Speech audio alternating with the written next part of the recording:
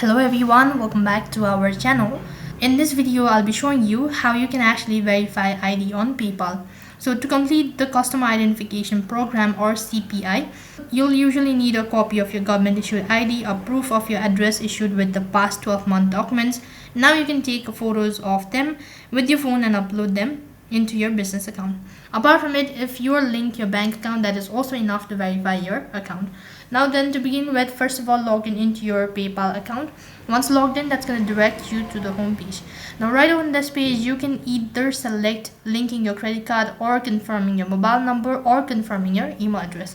Select either one of it, and as soon as you do that, that's going to direct you to the other interface. So that's going to direct you to the other interface where you can actually go ahead and select link your bank account.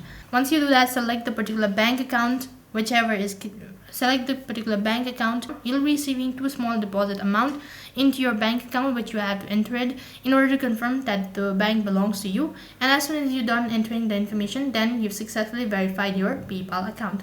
So in that way, you can verify your PayPal account. That is all for this video. I hope the video was helpful. Make sure to like, share and subscribe to our channel. Thank you for watching. See you in the next video.